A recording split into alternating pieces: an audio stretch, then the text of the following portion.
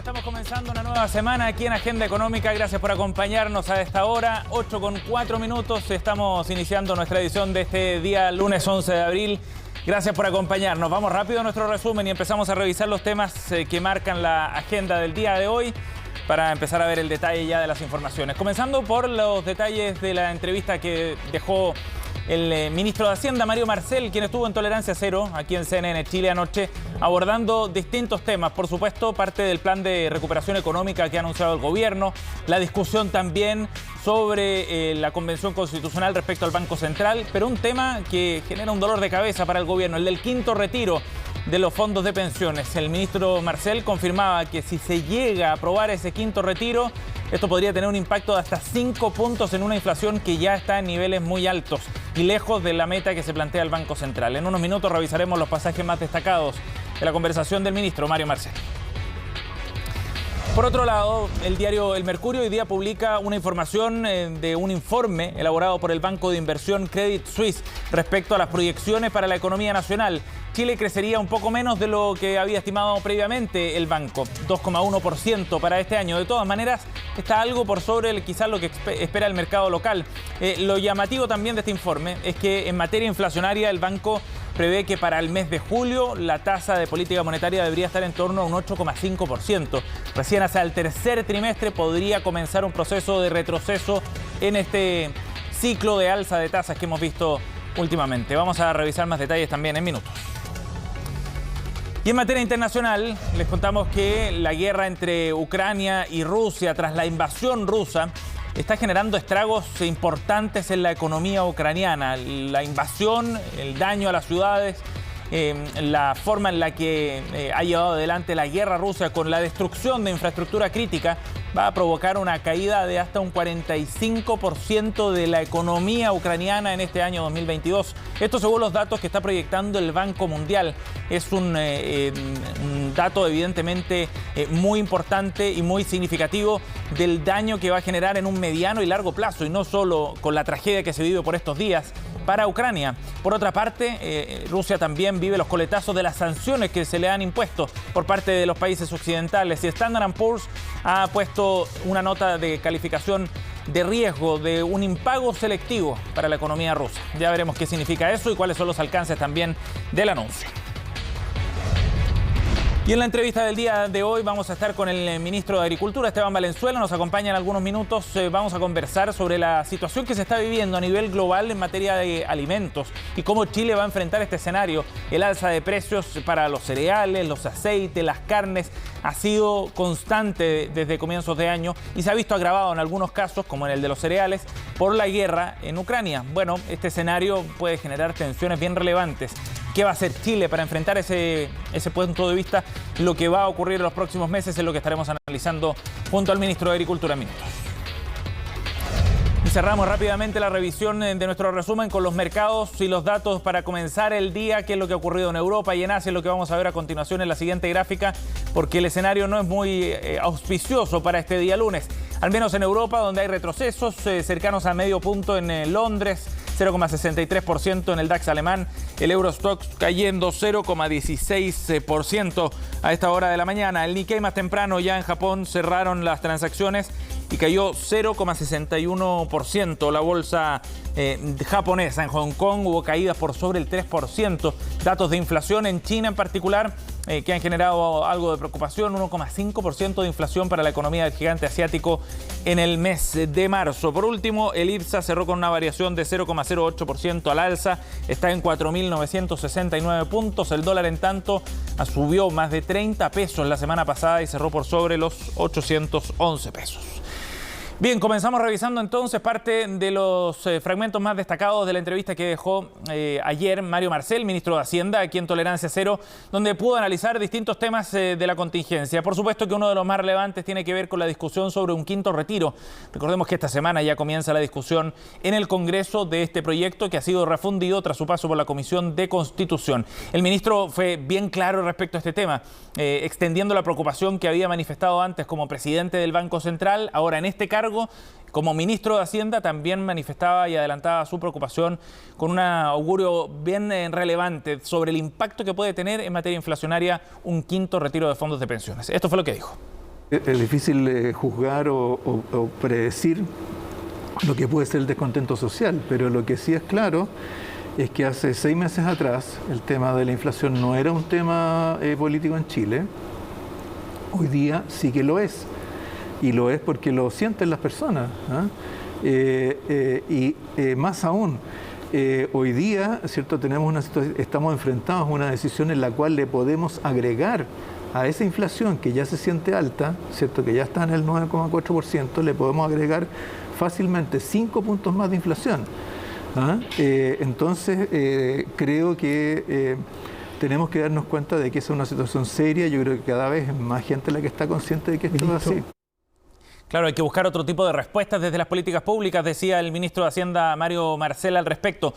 También se refirió al escenario político, porque dentro del oficialismo, varios parlamentarios han planteado que están o bien meditando la decisión sobre un quinto retiro y algunos derechamente lo aprueban. Y en ese contexto se le consultó al ministro de Hacienda sobre el rol que han tenido en su pasado como parlamentarios algunos actuales ministros que apoyaron retiros anteriores. Esto fue lo que explicó. No es solo que haya otro gobierno, que haya otro presidente.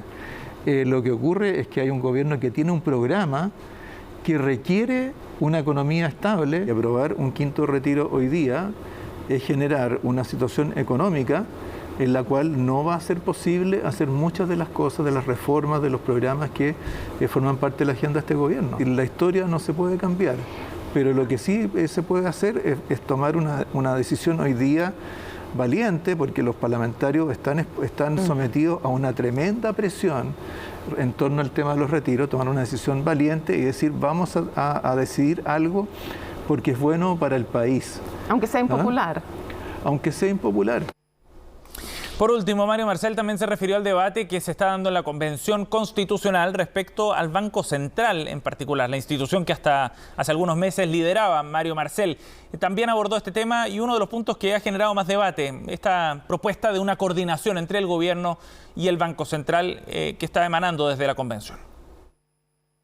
La coordinación en sí misma no me parece que comprometa ¿cierto? La autonomía del Banco Central. Ahora otra cosa es exactamente en qué parte del articulado, de qué manera está citada la coordinación, eso es parte ya de los refinamientos que tendrá que tener la normativa constitucional. Bien, 8:12. Vamos a ir a otro tema. Como les contábamos recién, esta semana el Congreso va a empezar a discutir ya formalmente el proyecto de un quinto retiro de fondos previsionales. Lo que se hizo hasta la semana pasada era la fusión de los distintos proyectos que se habían presentado en esta materia. Pues bien, ahora empieza el debate más en concreto y esto va a poner a prueba también a la propia coalición de gobierno. El Ejecutivo está en contra, ya escuchábamos al ministro Mario Marcel, pero varios parlamentarios del bloque de gobierno podrían aprobar eventualmente esta iniciativa. Crece la presión así en el Congreso para zanjar este tema. Belén Vázquez nos cuenta. Ha sido protagonista del debate hace varias semanas y este lunes ya comienza a ser tramitado. El quinto retiro se ha convertido en un dolor de cabeza para el gobierno y un tema que, de momento, algunos ministros prefieren evitar.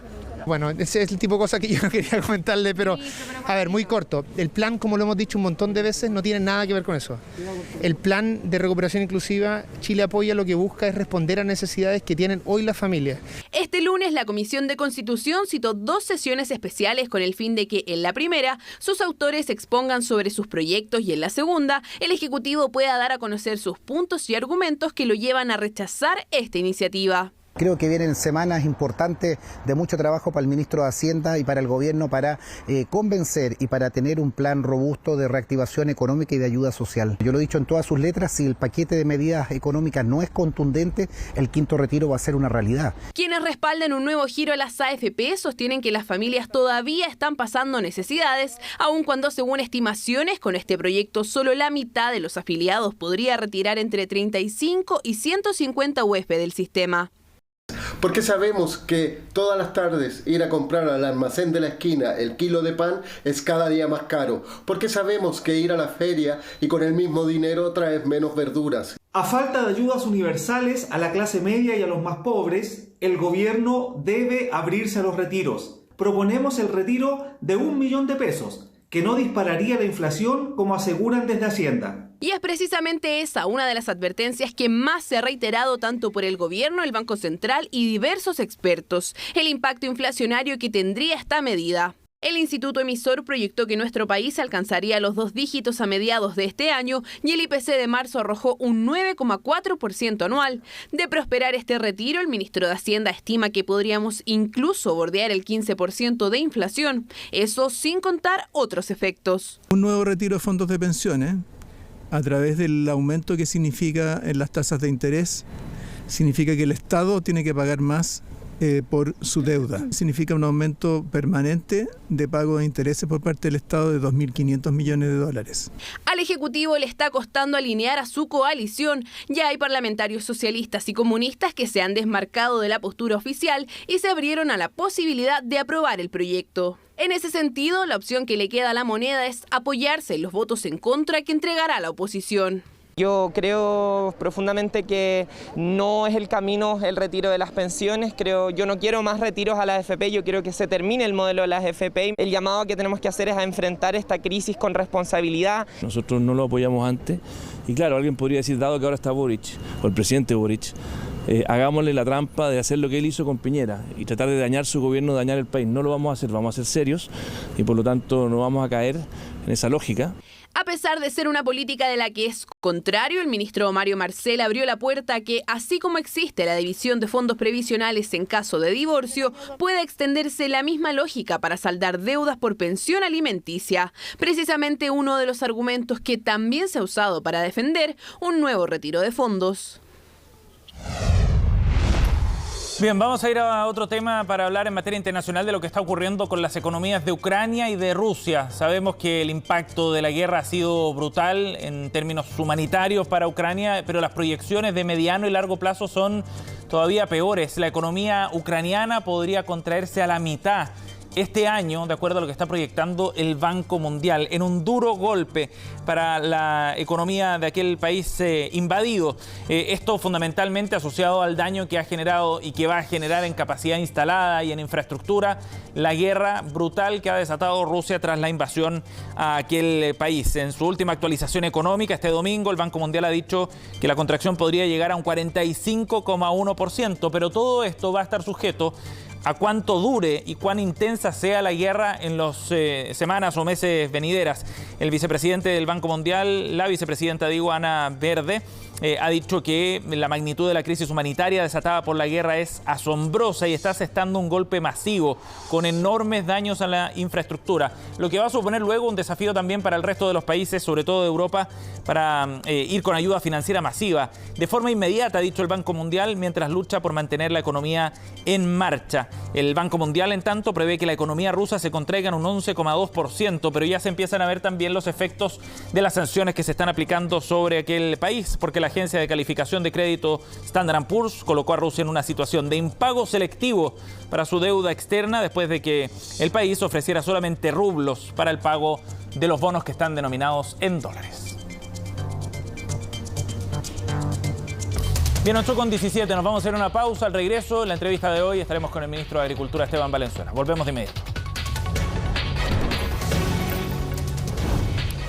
Estamos de vuelta, 8:20 para analizar el escenario que está trazándose a nivel mundial, muy complejo, en materia alimentaria. El desafío es enorme. La FAO mide mes a mes un índice donde va evaluando y midiendo los precios de los alimentos a nivel global. Este indicador llegó a 159 puntos en el mes de marzo. Es el nivel más alto desde la creación en 1990 de este indicador. Estuvo bordeando por largo tiempo los 100 puntos este índice, pero se disparó a partir del año anterior y de hecho solamente en el mes de febrero subió un 12,6%. El alza en el precio de los cereales, de los aceites vegetales, de la carne se empieza a notar. Y de esa forma entonces el escenario también parece más complejo para los distintos países a nivel mundial que enfrentan un escenario inflacionario muy difícil, pero además en el mediano y corto plazo también una eventualidad de escasez de los alimentos, de ciertos alimentos. Y eso evidentemente que va generando una presión política y social mucho más fuerte. Es cosa de mirar lo que ha ocurrido, por ejemplo, recientemente en Perú con protestas originadas por el alza de la inflación, o bien la discusión que se está dando acá en Chile también, con una inflación de 9,4% empujada en parte por el alza de algunos alimentos como el pan. Vamos a estar conversando en unos minutos con Esteban Valenzuela, el ministro de Agricultura, para analizar este tema.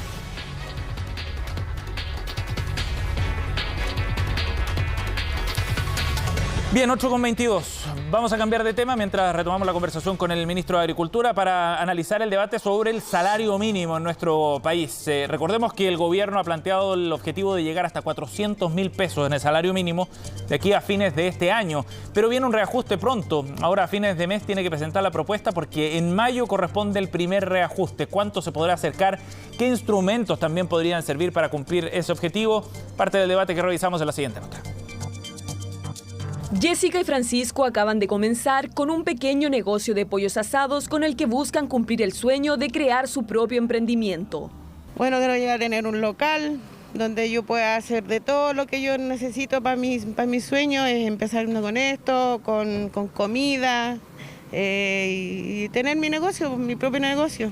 Sueño que no se ve tan fácil. Al momento de pensar en contratar personal, el presupuesto podría variar, especialmente tras escuchar el anuncio del gobierno sobre el aumento del sueldo mínimo a 400.000 pesos este año. Llegamos a tener un local, tenemos que pagarle la plata lo que corresponde, el sueldo mínimo, y ahí donde uno va saliendo para atrás con el local.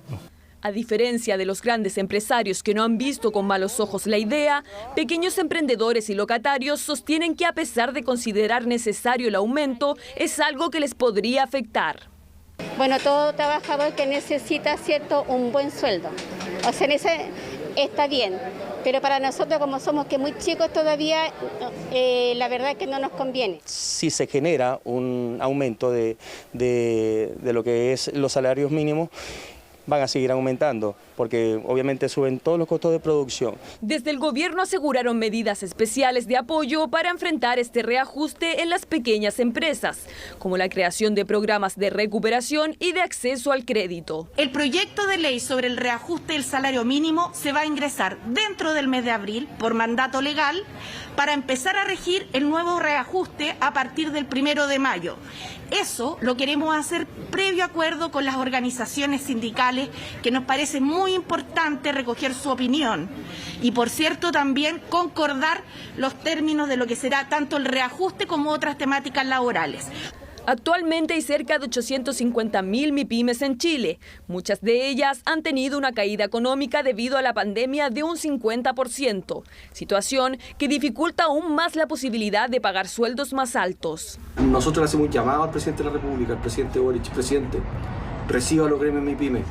Nosotros le enviamos una carta, recíbanos para que nosotros le expliquemos la situación y pueda entender el sentir de cientos de miles de familias que están acongojadas, tan gravemente endeudadas y que necesitan una solución del gobierno. Entregar un programa de ayuda probablemente es sustancialmente difícil para cada una de las cientos de miles de pymes, que son los que contratan a salario mínimo. Yo creo que el ingreso mínimo garantizado es un mejor instrumento para poder mejorar el ingreso a las familias sin que sea necesario crear una burocracia adicional para transferirle dinero a las pymes para que puedan pagar el salario mínimo nuevo. Sin embargo, la realidad es que hoy en Chile hay aproximadamente 800.000 personas con sueldo mínimo. Muchas de ellas no alcanzan a cubrir la totalidad de sus gastos o llegar a fin de mes. Llegamos a la justa del fin de mes, yo tengo mi esposa, mis 2 hijos que estudian. Porque de verdad no alcanza para nada lo que estamos ganando ahorita. Y todo ha subido, entonces sería súper bueno. Porque la gente con la plata que gana no creo que haga mucho con lo que ganan. Encuentro muy poco está ganando la gente. Una disyuntiva en torno al aumento del sueldo mínimo que seguirá dando que hablar y que se espera se dé de forma más intensa en el mes de mayo.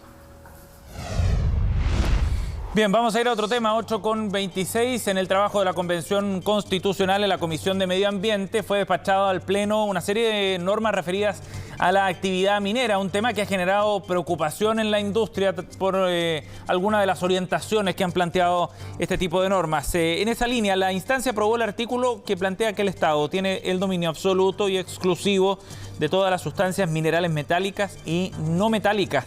También establece que las autorizaciones mineras se van a otorgar de forma temporal y que estas autorizaciones no van a otorgar propiedad. La Comisión también respaldó una norma que indica que quedarán excluidas de toda actividad minera aquellas zonas que se definan como áreas protegidas. Y en la instancia se aprobó también que la actividad minera deberá restaurar los daños y pasivos ambientales que genere. Normas que ahora deben ser votadas en el Pleno de la Convención Constitucional. Recordemos que desde esta comisión, de la Comisión de Medio Ambiente, surgieron una serie de normas que fueron rechazadas precisamente en el Pleno. Así que todas estas que acabamos de mencionar deben ser revisadas por esa instancia nuevamente, buscando los 2/3 que le permitan quedar en el borrador definitivo de la Convención.